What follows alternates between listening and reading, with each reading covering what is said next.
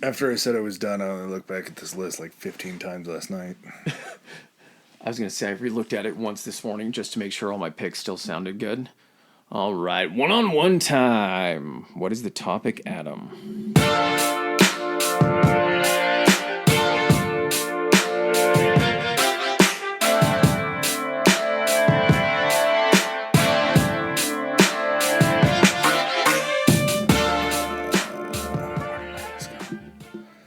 Our topic today is going to be the best smoking partners. So we're going to have our first pick will be a celebrity to smoke with. Our second pick will be a musician.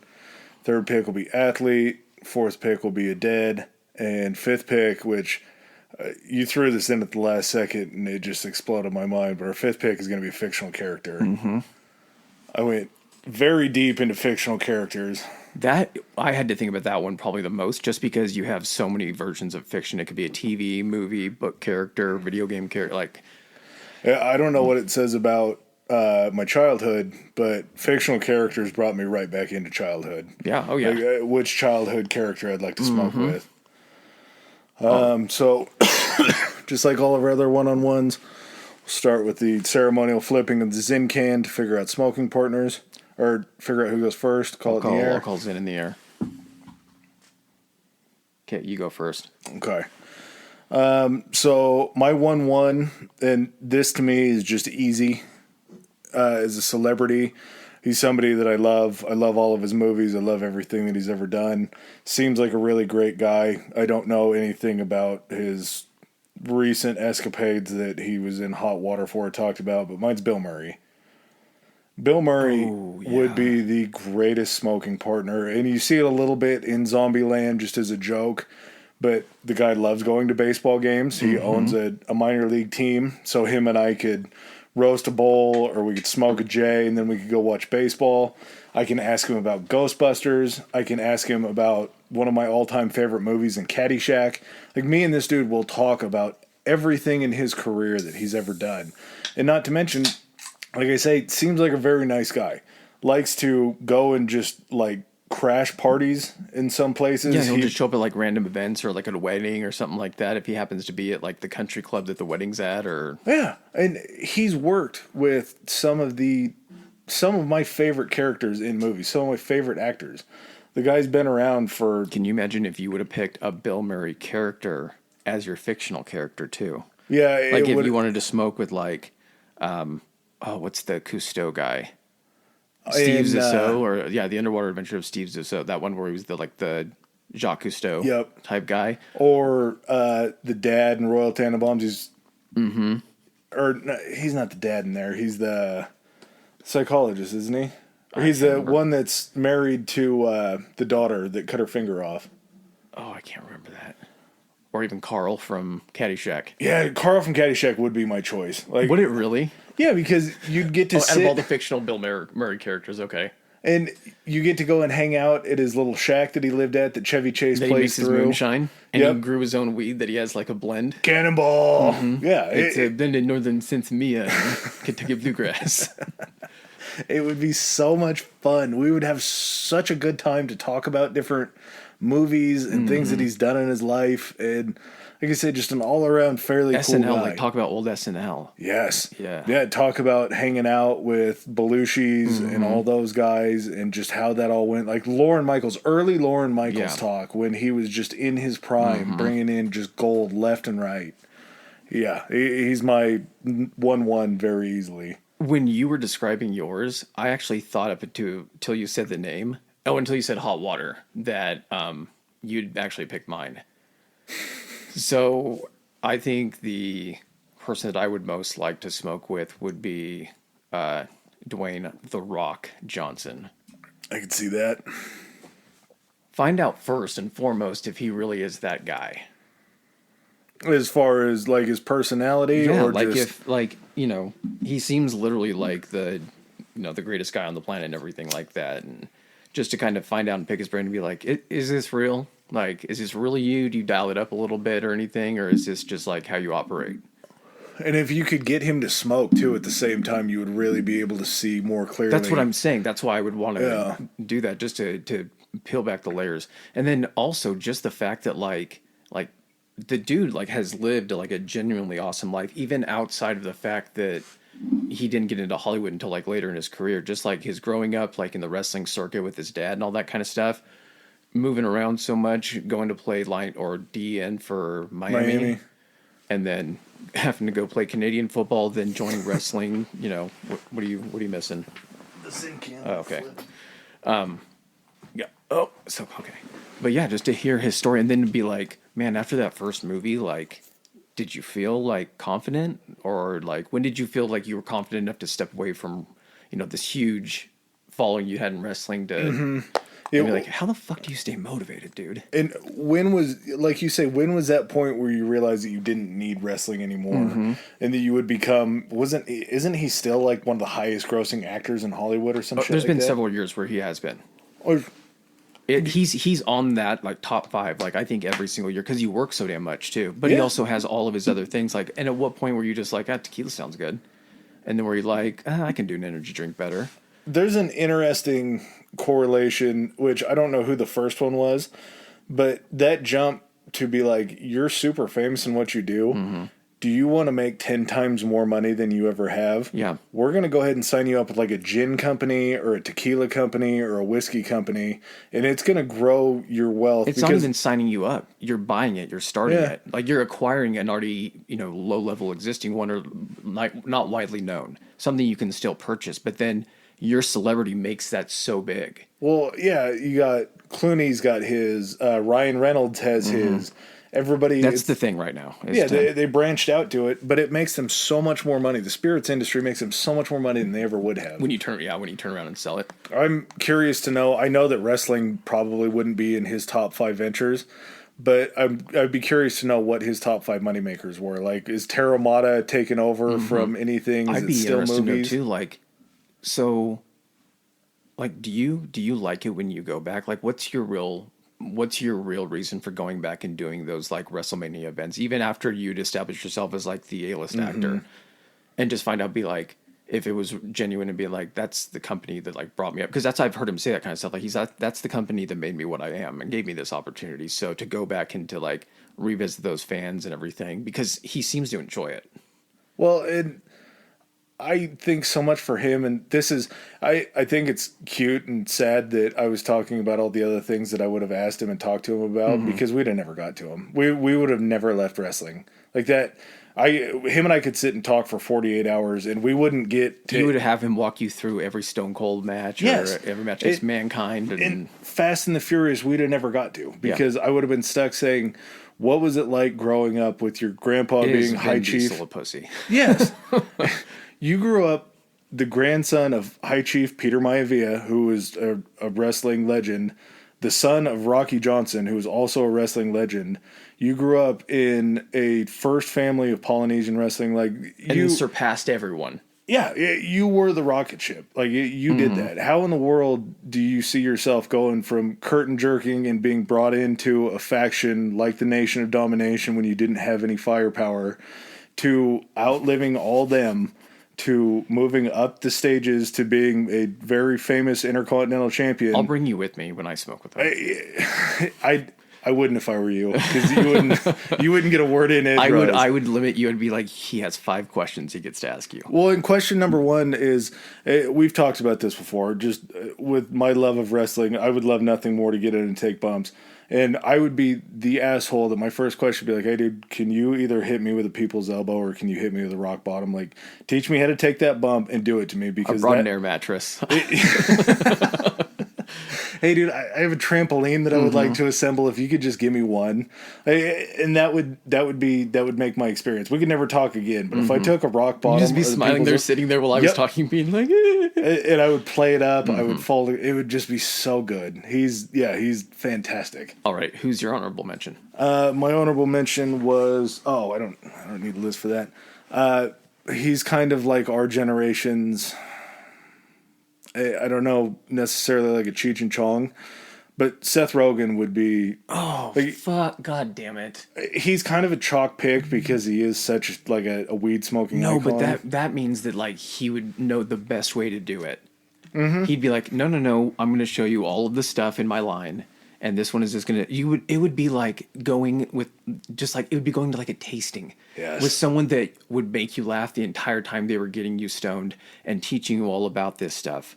Oh my God, that, And you would want it in a cross joint because that's what you saw in Pineapple Express. And that was like, they had made creative designs and joints before, but that was the first time that the public had ever really been introduced to seeing something that wasn't just a regular joint. And you could talk about all the different movies that he had. And even if you weren't talking, if something catches him off guard and you're going to laugh your ass I know, off. yeah. Plus, he's doing all that stuff with Houseplant now where, like, he's creating joint rolling stations and all these super artistic Grinders and like ashtrays. decorative ash. Oh God, yeah. Yeah, he would be a blast. And he's another guy. Like, what is it like? What is Jonah Hill outside of Jonah Hill? What are all these guys What's that that you group see? of people like? Yeah, is hanging out with Jason Segel. Yeah, is- was Franco always a pervert? Yeah. How do you feel about shooting a movie about a dictator that we're currently at odds with? Like, how do you And then feel having about making that movie? dictator hack and release the movie to where you don't get a theatrical release. Like, that's some crazy shit. Yeah, you got a pop from a world dictator. Like, that's a You very probably big have, accomplishment. honestly, you probably have a price on your head in North Korea. Yeah, and How does that feel? other neighboring places that feel the same. Like, I don't know if Seth Rogen movies do well in China. I doubt Seth Rogen movies make it to China. But what's your honorable? God, that was a good one. Ryan Reynolds. Yeah, I figured you were either gonna do McConaughey or Ryan Reynolds. I thought of I'm not even shitting you, man. I sat here and I was like, it's obviously got to be McConaughey. And then all I sat there was, he is so fucking mellow as it is. Yeah. That I feel like we would just sit there and I'd be like, hey, Matthew, and me like, easy, man, easy. And I'd be like, I just need to ask you a question. Wait for it. Leaves are talking. Wait for Mother Nature to quit whispering to me. I would just sit there for about, and then 30 minutes go by and he goes, all right, what do you want to ask me? And I fucking forgot it. Do you still have the bell bottoms from Dazed and Confused? Yeah, no shit. But like the thing about, and this is going to sound weird, but the thing about Ryan Reynolds is like, so he's come out and talked about how he has like major anxiety. And so he likes to put himself into, even in situations in which he's going to someplace like, Tonight Show or whatever, he feels like he's like, I step into the character of Ryan Reynolds, and he's like, and that's how I get through it. Is he's like, I feel like I'm playing a character of myself. He's like, that's me when he's like, I'm playing me when I'm comfortable, but I'm not comfortable, so I'm having to play me when I'm comfortable. And I feel like getting him a little stoned, he could just kind of relax, and I could be like, so like, how did you like work on your career? First of all, like, you dated the most beautiful women in Hollywood, and you feel kind of like you're really good looking, but you also feel kind of like an everyman. Yeah, I'm like, you it is bagged a personality. woman that is very good looking and Yeah. had like a very successful During a horrible life. movie. Yeah, You turned that movie into your life and your marriage. But then also talking to him and like, and so what point were you just kind of like, with the Deadpool thing, you saw you wanted to do this, you wouldn't take no for an answer. Did you leak the footage and find out if he leaked the footage? yeah, got the that movie would be a made? good question. And then be like, and then the gin company branched out. That's huge.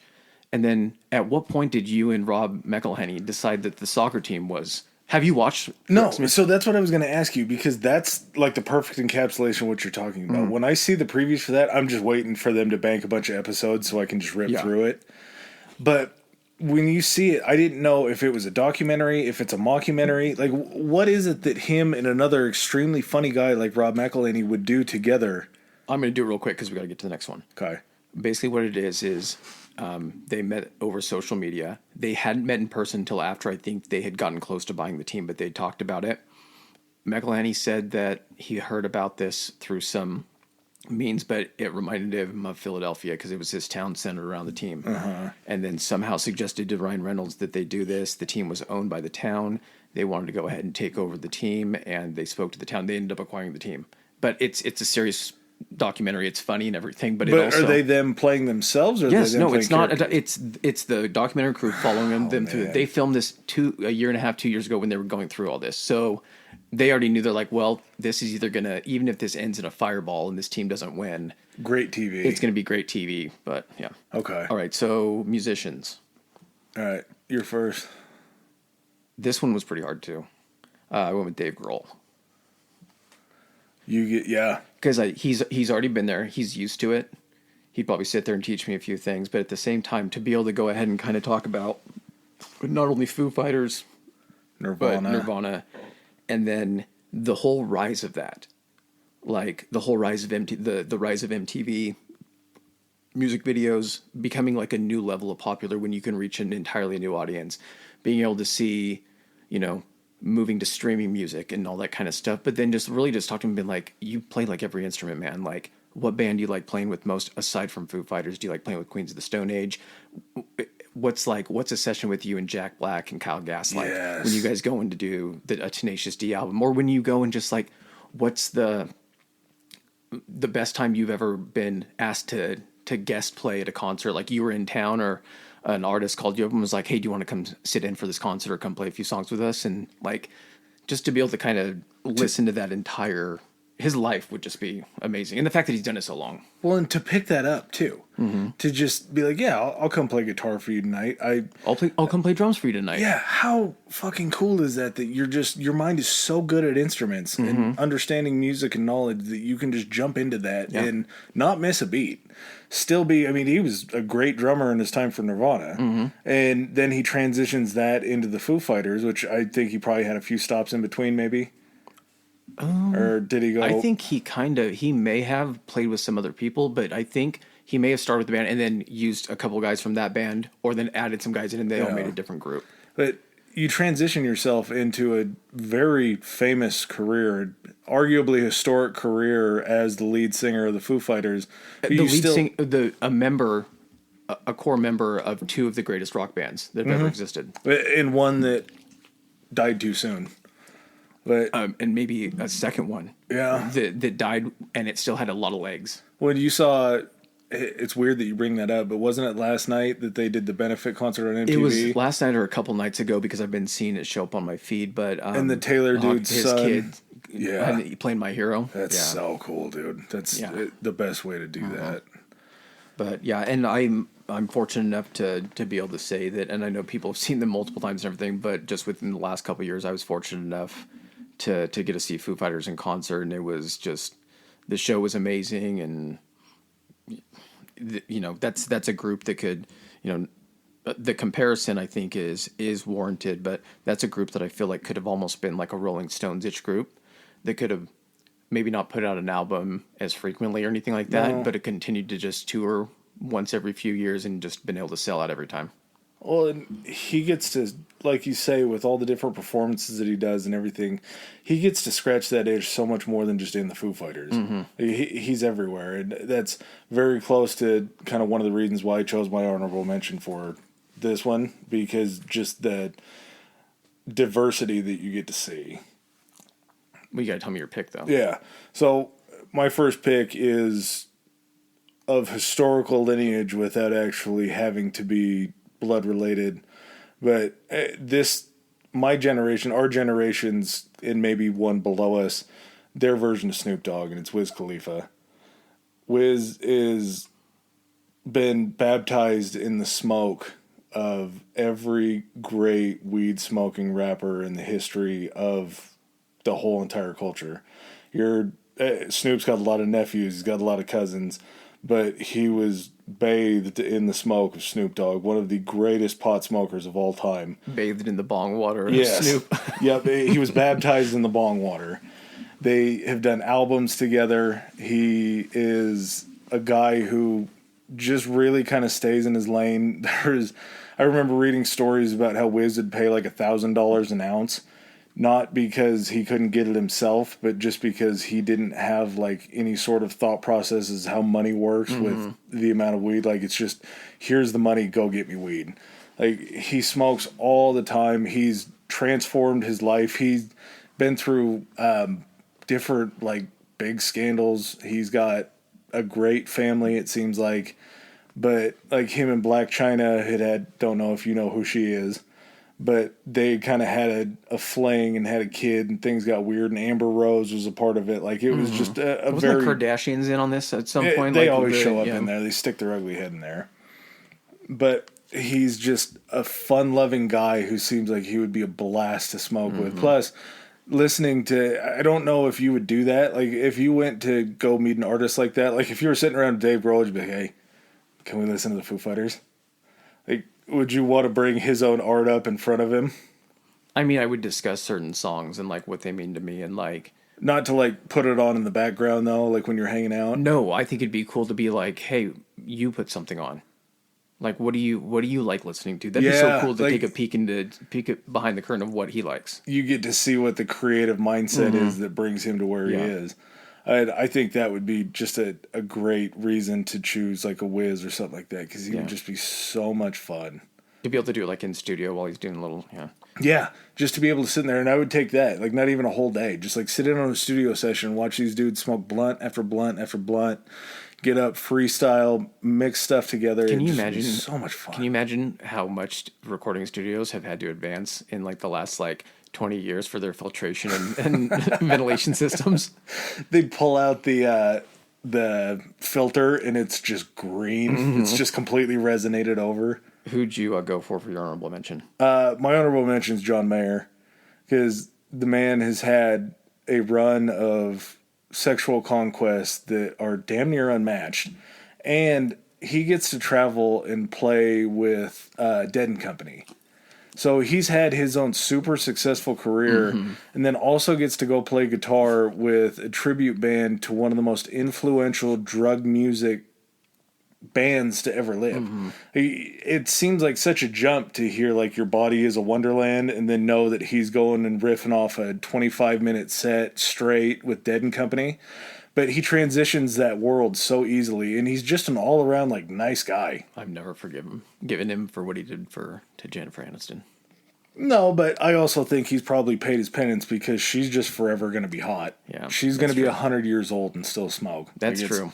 He has Maybe to got live scared. with it. He probably got scared. Yeah, I don't think she's a human being, but to know like every time you have to open up a magazine and see how hot Jennifer Aniston still is, and know that that's what you're missing out on. That's Like, true. she's aged better than probably anybody that we've seen. That's true.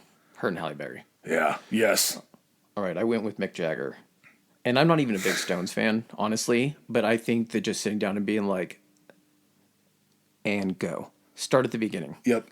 And I'm just going to sit back and listen, and then I will interject with questions every so often. I'm like, leave no stone unturned, leave no detail out. I want to hear everything. I want to say it was another interview that he was doing where they calculated it out that Mick Jagger, and it might have been him. I think it was him they were talking to. He had done like $7 million worth of cocaine in his career or something like that. Like that was, they asked him to put First a number question, on sorry. it. First question before that had been like, first question, I'm going to need you to go ahead and write down your health regimen. Yep. And what you use, and then please go from the beginning of your life. Him and Keith Moon, two dudes that have just outlived their expiration date. I feel like I would like the British accent. I feel Yeah. like that would make the story better. the whole thing would just be fun. Like He's- an old male nanny telling me an elaborate, filthy nighttime story. It'd be like, how do you feel that the way that you guys used to dress and think was cool on stage is now like the fashion icons of like female fashion now wore the same shit that you guys did? Like, you ushered in an era of fashion for women instead of men, but somehow you pulled it off and you look And you're so still doing it. goddamn cool. Yeah. All right. Athlete is your first. Mine's a 100% pandering pick. Manny Ramirez. Not a pandering pick, maybe as much as just Is that like a Homer pick? yeah, homer pick. Yeah. He is my guy. He is the wackiest, weirdest dude that has probably ever played baseball. There's nobody. I guess there are turns of phrase in sports that are related directly to guys, but the fact that whenever Manny would screw up, they would just say that's Manny being Manny. And like he just got a pass. He- no matter he was his own what excuse. he did.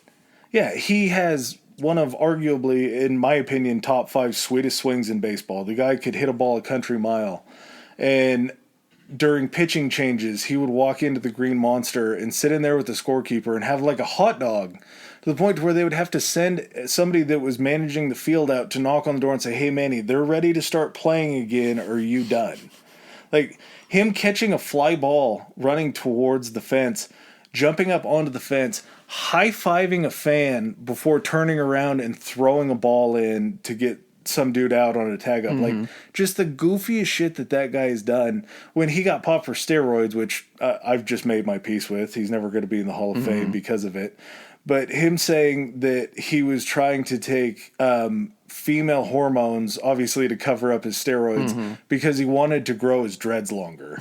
Like, that's just an unabashed, stupid excuse. You just want to ask him, be like, who told you to say that? Yeah. You didn't come up with that on your own, did you? No. And there's stories about him being in Boston in his time in the off season where he was living in an apartment complex. He walks down to the doorman. He says, "Hey, I'm gone till we start up again. Just go ahead and watch this bag for me." It was just a black trash bag. He walks down and he hands it to the front door guy. And what do you ask? Like, Manny Ramirez just asks you to hold a black trash bag that he doesn't want to keep in his apartment. What is it? Manny comes back next season. The guy goes, "Hey, Manny, I got your bag for you that you wanted me to hold on to." Hands it to him. It was the Silver Slugger Award that he had just won that year as a professional baseball player, one of the greatest hitters in the outfield. He bagged up all of his awards for that season, his all-star, everything like that, in a black trash bag and just handed it to a doorman to hold on to.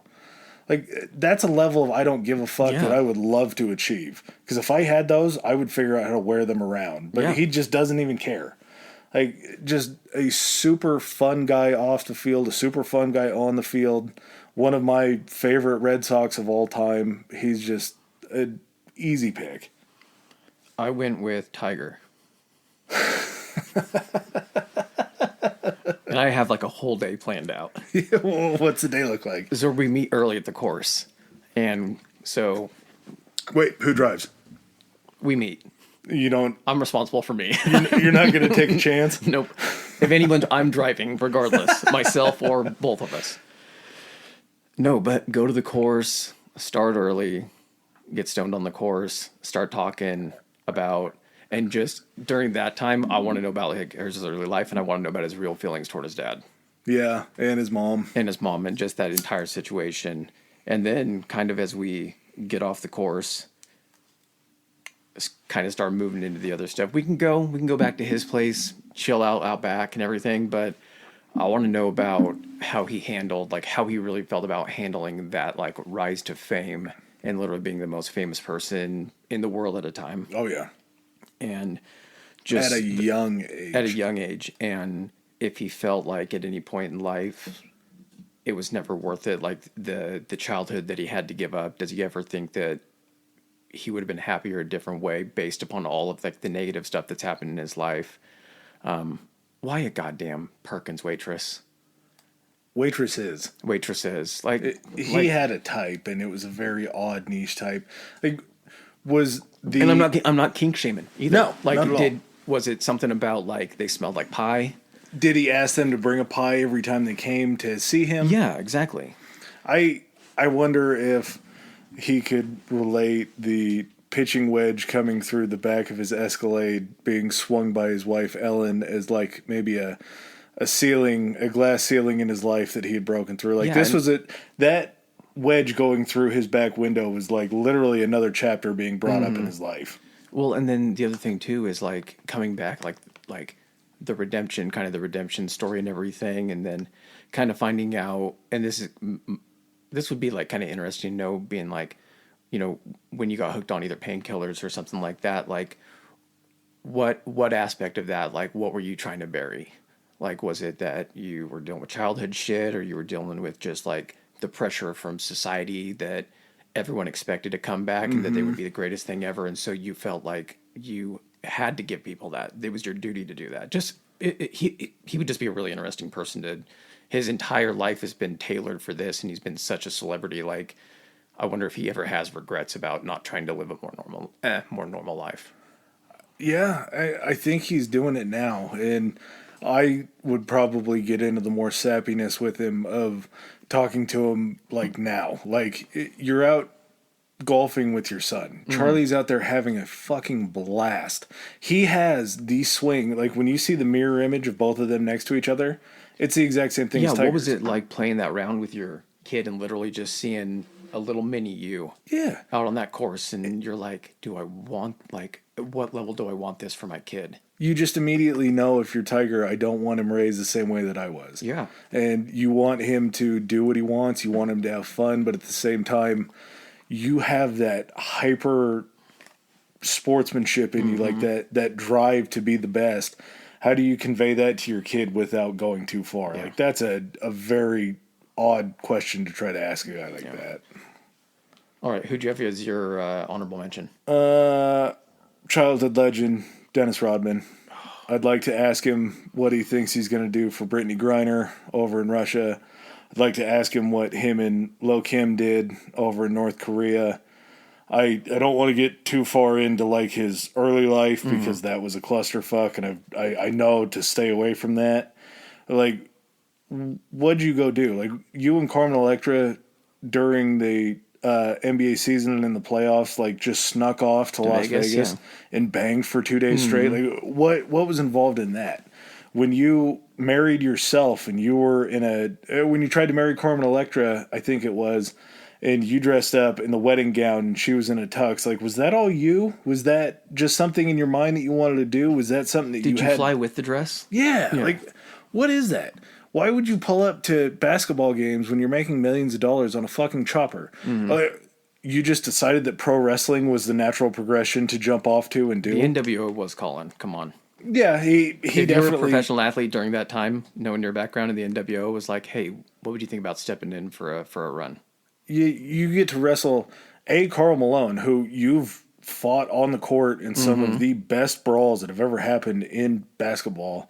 You guys are going to go do a complete storyline in a fabricated wrestling world where you get to be Hollywood Hogan's right-hand man and poorly execute a lot of wrestling moves. But, like, that to me seems like when you cross those kind of... You could talk to him for days. Yeah. Because he crossed so many boundaries. Oh, yeah. I went with Michael Phelps.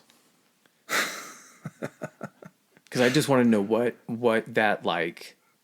What would it have been? Like a 16-year span? Yeah. He was in 4 Olympics, I think, 3 or 4. But It what was that 4. span was like after that first one and like breaking the world records and winning all those gold medals. And then that was like having to, did you feel like you could be done after that, or did you want to go for more? And then after you got more in the next one, were you near the record? And so was that your obligation to keep training to try to break the record? You tried to beat out Mark Spitz. Was that your goal, or were you just trying to do whatever you could? Yeah, and then what was your life? Because during that 16, like everybody knew your name. Like you were Mr. Gold. You were the most highly decorated Olympian. And so much so that they took a picture of you ripping a giant bong at a party. But that's the thing, is that's what kind of brought you down.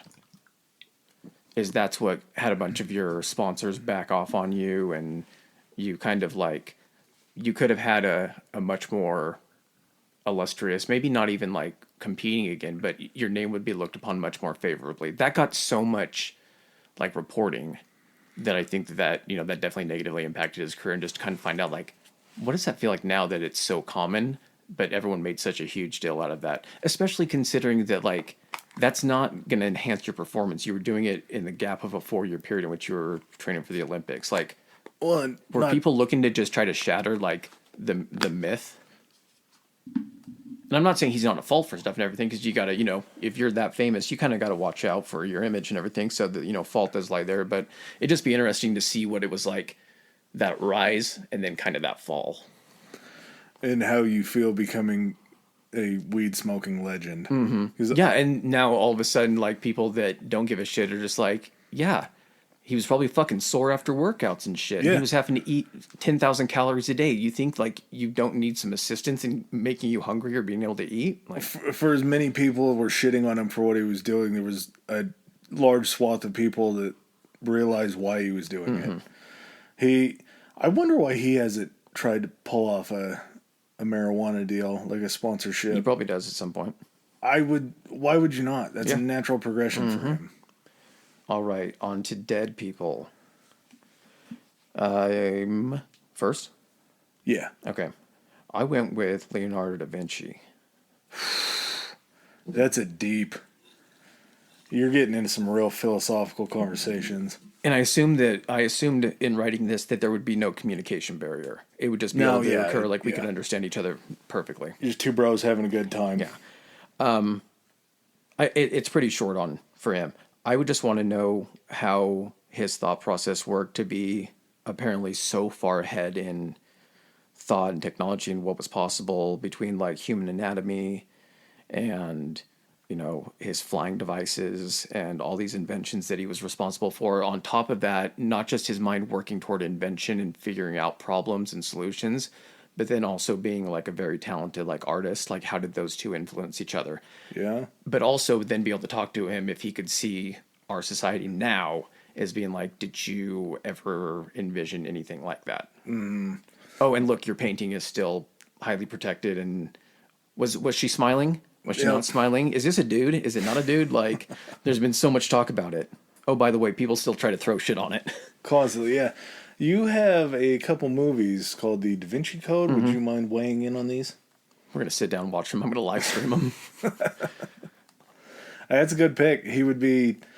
You just have endless questions, or you would probably show him like modern stuff today. And think, 45 minutes in, I'm probably like, dude, you're talking like, even though I'm 300 years more advanced than you, or however long it's been, like you're talking fucking circles around me. I need you to dumb it down. Yep. Pretend I'm the Pope. Bring it to and my you're trying level. to explain Yep. it to me. Yes. I went pretty much on par philosophically with you. I chose Chris Farley. I would more than anything just want to see him with the lights off and with the cameras off and see just kind of what kind of a person he was, if he still felt like he needed to turn it on. From everything that I've seen, he, being Tommy Boy, was a very influential movie as a kid. And same thing with Black Sheep. It was basically, it felt like the same movie. They just kind of rehashed it. Him and David Spades back and forth was great, but just his level of funny and slapstick and physical comedy, I hope that he probably didn't bring a lot of that into his personal life, because it would take a toll being the funny fat guy all the time. Oh, yeah. Especially at his level of energy that he had. Well, I mean, you've heard people talk about it now. I mean, even like people talk about like Robin Williams and stuff, feeling like he had to be on a lot of the time to meet the expectation. And then Jim Carrey has said the kind of something similar. He's like, I feel like there was a certain point in my life where I always had to be movie Jim Carrey or presentable Jim Carrey. And he's like, it's so like taxing. And those are guys that were able to do it linguistically, whereas Chris Farley was so much physical that He was like an actor, like as big as he was and everything. His ability for physical comedy was just like, he could have been great with either the physical or the way his actual like, lines and everything. But he had the combination of both of them. just the perfect combination. And it's like, you want to talk to him about like, what was it about? Like you saw the roadmap to like destruction with Belushi, but that was still like your roadmap. Like you knew where it was going to lead. Like You had contact with, you knew where this whole thing was going to take you, but there was just something about it that was so, whether it was medicating or, well, it's better. It's better to burn out than fade. Is it that mentality? It's better to burn out than fade away. yeah, I could see that. He just, there's so many stories. I guess Bob Odenkirk had written a book lately. I don't know if it was in the last couple months, but he even makes reference to the night when he saw Chris Farley in the back of the limousine, and Chris Farley like kind of knew that the end was coming, and Odenkirk knew that this was probably going to be the last time that he was going to see Chris Farley. Like, it wasn't a surprise when it happened to anybody that knew him. And that's such a bummer to know that you have somebody so close and that's so just a good person. And at that point, being funny is the least biggest attribute that you're looking for out of a person. You just want their health to be good, but he just, up until the end, he was so great. Well, and being that guy, everyone expected, maybe he had the expectation of himself. It was probably both, but that everything had to be funnier. Yep. He always had to be funnier. There was always a boundary that he had to push in that and see how far he could get. And I'd love to know where he thinks that he would fit in today. Yeah. Like, would he have tried to get skinny and go skinny Jonah Hill where it was less funny? Would he have leaned into it more? Would he have been in Grown Ups with Adam Sandler? Like, where would he have played in How the many Happy more Madison David Spade universe? team ups would we have gotten? Yeah, like dude. just that would have been, I think, a whole series of movies. It's like the Kevin Hart or Dwayne Johnson team up. You could have had that. Yeah. It could have crushed everything. Who'd you have as your honorable mention? My honorable mention is Ben Franklin because I got a lot of questions. There's a lot of things about the way that the country was made, and if it was made more of a haphazard manner than it seems like, and just some of his escapades and going over to France and all the shit that he had done in his When life. did you guys intend like new shit to be written? Like, Yeah. did you guys have just the automatic assumption that people would be smart enough once things were out of date to just go ahead and start making changes? Which we did make changes, but Minor. we made minor changes. But like, I'm talking about changes to the things that people think are unchangeable, and just kind of find out, be like, what was your guys' intention? Was this a 25-year plan and then we revisit it? Was this supposed to just live on in Was perpetuity? there somebody in charge of like sounding the alarm, being like, "Hey, everyone, it's time to go ahead and get back together and fix this," and that person got like the scurvy and died or some shit? Yeah, were there new inventions that you guys were seeing and you thought, hey, maybe we need to go update what we believe now because we have this new look on life? Yeah. What'd you have? I had Alexander the Great. It'd be fun. Yeah, I just kind of stepping into the mindset and being like, what's the feeling like when you don't know, like you have something in you that's like, I don't know what's over there, but let's go fucking conquer it. Yeah, just blindly, just let's keep going. And then you go conquer something, and then there's still nothing in the distance, and you're like, well, fuck it, it keeps going. Okay, let's go conquer that then. And to be able to, I'm sure there was a healthy dose of servitude in there between his army and everything, but also somehow have like the faith and your soldiers and your commanders' belief in you that everything that you're telling them is just like, I guess we're doing it. It'd be a fun hang because everything would just be free. It would all be. Oh yeah. You could do anything that you wanted. And I'm sure he would probably be. You like, want a tiger? Yeah. Yeah, you want. I got tigers, man. You like the way these guys are working? You want to take them home with you? Yeah. Is that I got more guys. Is it an option? Yeah, I got endless amounts of guys. What do you if think of need this city? You like anybody. this city? Oh, okay. Before we get to the last one, which we'll probably talk about for a bit, I gotta pee. Okay. All right, fictional characters. I think it's you first. Yeah, this one's gonna get. We're getting young. My pick. Wait, we're getting young, or we're going back? a little from column A, a little from column B. Okay. My fictional character that I would like to smoke marijuana with would be Winnie the Pooh. Winnie the Pooh lived such a little magical life where, I mean, the guy would just, I could send him, talking bear. Like, talking bear wearing a cute little shirt. A Like talking stuffed bear. Mm-hmm. Not even it's a Ted situation. He's got his own house, so you're probably not crashing at your place if he gets too stoned. He gets the munchies. We're going to find the closest tree to crawl up there, and he's going to get us some honey. Guy is synonymous with getting his head stuck in honey pots, so you're always going to have the physical comedy aspect that you would He have. broke Chris so many Farley. honey pots, and then he would just take his fist covered with honey and just suck on his fist. Yeah, But he was a stuffed animal, so it was like he was wearing mittens. It was just the thumbs and then the it was perfect. yeah. He had a whole bunch. He had a whole cast of characters, other just kind of funny people that you could go hang out with. Well, Eeyore's not funny. Eeyore's just fucking depressed. Eeyore is. If anything, Eeyore needs to smoke. Yeah, and maybe that's it. Maybe he's the straight-laced buddy that doesn't like to hang out. But Piglet definitely got Where do in. you? He was an edible guy. At what point do you address him not wearing pants ever? Are you you're like, I know you're usually hanging out with your buddies, and I don't know what flies. Some of your buddies don't even wear clothes. Eeyore wears like a bow on his tail and maybe like something on his neck. Yeah. But other than that, like, what's your guys' policy? Is it because you're stuffed animals? You're already kind of wearing pants, or Well, and you just want to. That's why you want to do it at his place too, because you don't want him sitting bare-assed, bare-assed bare ass. on your furniture. It's not a clean, healthy thing. Where but does the honey go, man? Yeah, how do you do so many things in life? Like, how do you shit? Do you think it's weird that you have a little kid friend named Christopher Robin that hangs out? Like, how old I are would you just in want to bear hear his years? voice when he was stoned. Be like, I'm trying to think of it was a kind of a Hoo-hoo. yeah. Adam. I can't even do it. Like I can hear it in my head though, but like it would just be so like I feel like you could be like, tell me a story, Winnie the Pooh, and you could just lay back and close your eyes, and it's this higher pitched, silky voice. This one time, Yeah, me and just Christopher non-threatening. Robin. It's the safest voice ever. He would be a very comfortable hang. Yes, You would be able to just snuggle up with. That's the other thing too. complete Is he's a stuffed relaxation. animal.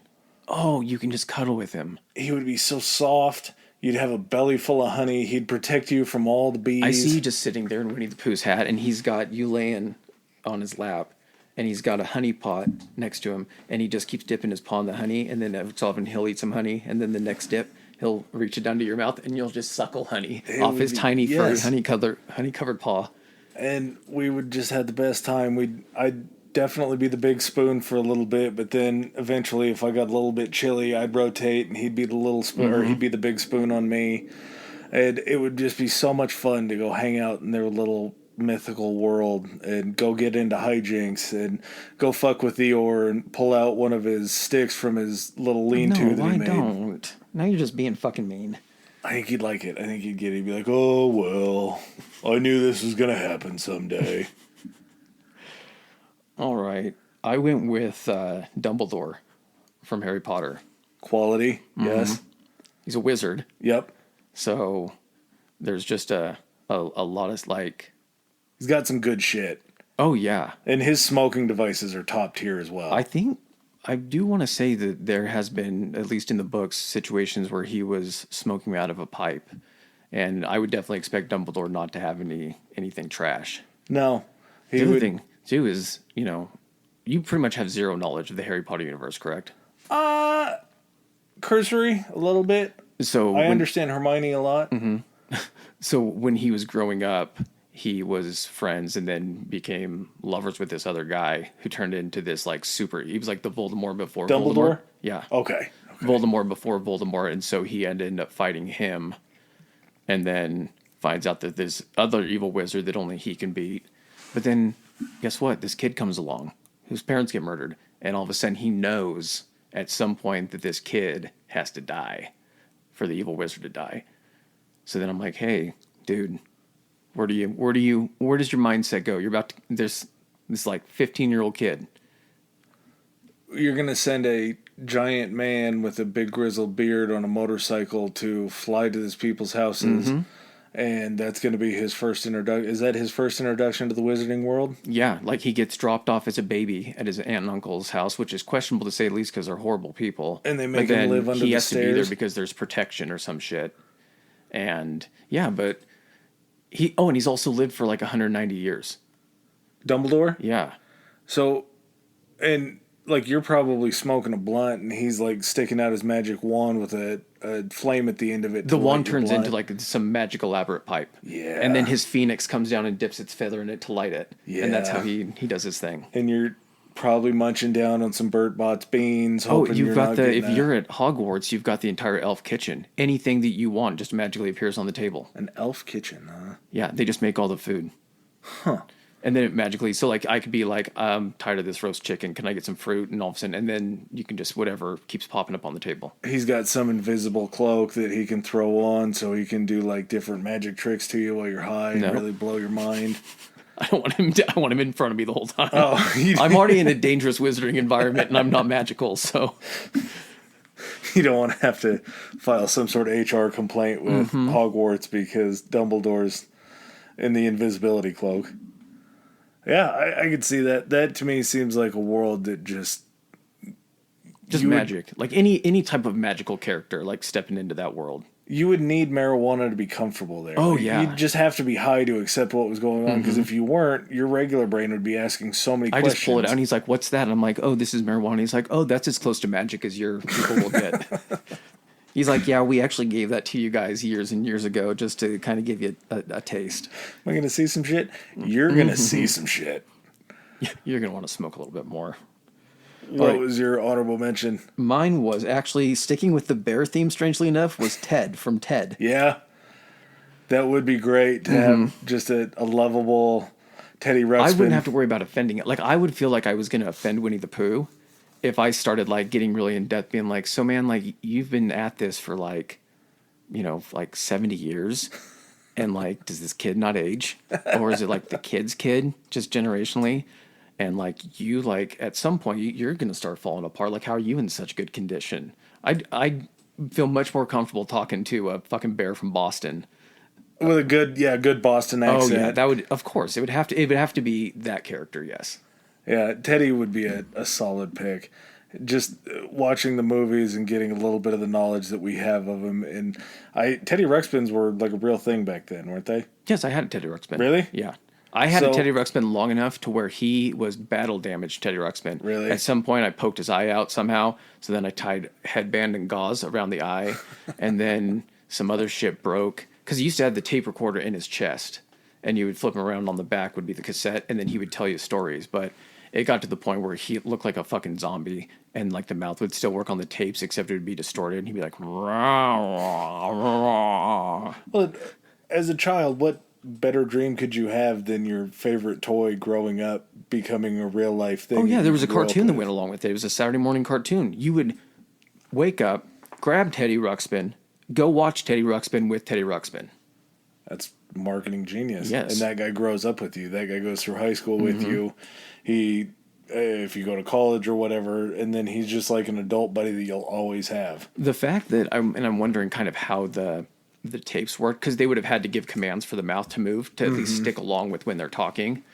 Man, I'm wondering if you had a Teddy Ruxpin, a fully functional Teddy Ruxpin, if there's something about any other cassette tapes, if you put in like AC/DC, and there was something about the way that the tape hit that would have it move its mouth. Yeah. So it would be fucking yelling Brian Johnson at you. There was some MK Ultra shit that they were plugging into the radio cassettes for the kids. Ooh. Yeah. Teddy Ruxpin that's what decodes it. You don't even hear what's on the tape. It's just like President John F. Kennedy has to go. It wasn't that far back, but I'm saying like You could plug it into a regular cassette player and it would just be he like just starts normal talking music. Russian. Yeah. You're just like, the fuck? Disinformation campaigns left and right. All right, who'd you have as your honorable? I went probably in the same realm of being a kid. Snuffleupagus from Sesame Street. That guy was always high. Yes, he was. The big Purple red elephant. Was he purple or red, something like that? Oh, but he always now I'm had starting to think he was orange. He always had the bloodshot eyes. You could always tell that he was high. And he lived in a certain block on Sesame Street that seemed like it would be a little bit more rough and tumble than the regular area. He was like a brownish orange, Like, and he was a woolly mammoth. oh, that's right. But man, yes, he definitely looks like big old eyelash, tongue always hanging out of his mouth. That guy's seen some shit. And that guy, if something goes wrong and you get pinched by the cops, he's not going to say anything. He's a ride or die guy. Snuffy's hightailing it out of there as soon as shit goes down. Oh, yeah. I'm telling you right now. He's gone, but he's also like just a great person to hang out with because he's never going to take stuff too seriously. He's never going to be energetic. He's probably going to be so encouraging to you with like your problems, and if you're not feeling great, he's going to be like, "What's wrong?" Just a great listener. Yeah, and your theme tends to be cuddly, because while you're having to barely cuddle with Pooh, you could just you could use Snuffleupagus as a bed. And you just lay him down and cuddle up against him. Him pull and his I trunk get to, over you. Yeah, dude. Him and I get to walk down Sesame Street together. We get to see a big yellow bird walking around. We get to see Bert and Ernie, who were a very odd pairing. You get to go see Count Dracula. Was Kermit a part of? No, Kermit wasn't. He was. I don't know if He was a Sesame Street Muppet. Jim Henson. I think they both were Jim Henson. Yeah, but they kept him kind of separate. Oh. But there was Grover. Yeah, and you get to Oscar. go down and see Oscar the Grouch, and he's being an asshole, and you can throw him back in his Elmo. trash can. I think he's just a victim of circumstances, man. You think he's just angry because of where he is? Yeah. Yeah. I think he's had a rough life. I feel like if anybody is like the Vietnam vet It was of probably Sesame Street, it's it's Oscar, man. He looks like he's seen some shit. Oh yeah, and you get hungry, you get the munchies. You just go hang out with the Cookie Monster. You have to be on your guard the whole time with the Yes. Cookie Monster because he's going to steal your shit. But he's always got cookies. I see you walking down Sesame Street and you literally have like cookies, and all of a sudden you look down and Cookie Monster is just eating them all out of your hand, and you're just like, what the fuck? Yeah, like, dude. Oh. I had plans for that. He's like, oh, cookies. Just always stealing everything from you. He would Sesame Street, the world in and of itself would be just a fun It's just place so to hang innocent, out. carefree. Yep, and you don't have to question anything because you know where you are at that point. That's true. You've No one's gonna hurt you. It's a safe place, and no one's gonna hurt you on Sesame Street. That's the best place to You're do gonna lose your drugs. cookies, and then guess what? He's gonna feel bad, and he's gonna go make you more cookies, and it's gonna be the lesson of the day. Or he's going to bring you cookie dough, Yeah. which ultimately at that point may be better. Yeah. It'd be a fun little world to live in. All right, man. Anything else? Well, I think that's all. All right. Later, folks. Peace.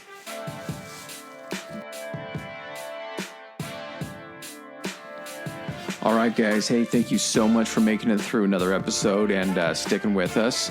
If you want to kind of follow up on the next upcoming episodes, get some teasers, Adam, can they get us on the Twitter? You can get us on the Twitter. Our Twitter handle is historically high. That's historically HI. Nice. And on the Instagram? Our Instagram is historically high pod. That's historically high POD. And what happens if your social media inept? If you have any issues where you can't figure out social media, our email is historicallyhighpodcast@gmail.com. We set up a landline. Just in case. You guys can go ahead and shoot us any question, comments, or even maybe suggestions for future episodes, something you guys want to hear. Yeah, high thoughts, questions, anything like that. We're always open. We'll always get back to you. Hell yeah, guys. See you on the next episode. Peace.